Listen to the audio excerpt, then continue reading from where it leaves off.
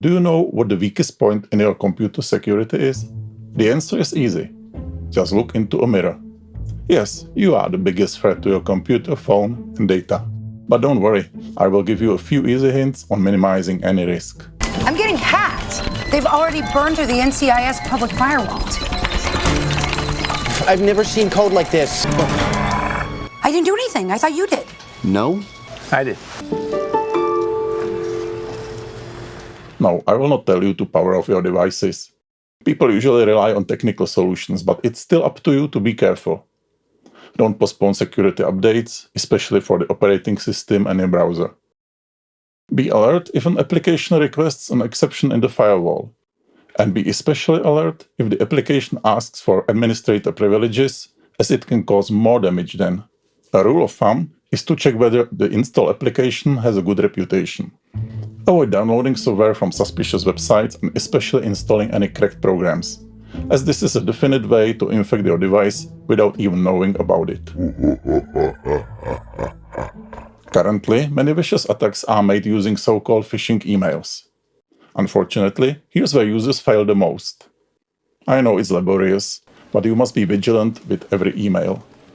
Use common sense. If anything is strange or suspicious, check if the email was actually sent from the displayed address. Do not open any attachment or link in such an email. If you are unsure, contact the sender via phone or other means than email, and check whether the received email is genuine. One of the primary security elements is password management. But again, it's one of the most neglected things. Many people use weak passwords or the same password for several services. In addition, they often write them down and hide them somewhere near the computer. If you're the CEO of a company and you're dumb enough to leave your login info on a post-it note on your desk while the people that you ripped off are physically in your office, it's not a hack. It's barely social engineering. It's more like natural selection. So always use strong passwords, which means at least 8 characters, combining letters, numbers and symbols. If you have too many passwords to remember, you may think about a password manager like KeePass. You can quickly lose money with improper password management, so if possible, always use two-factor authentication if provided. Now it's time to mention security tools.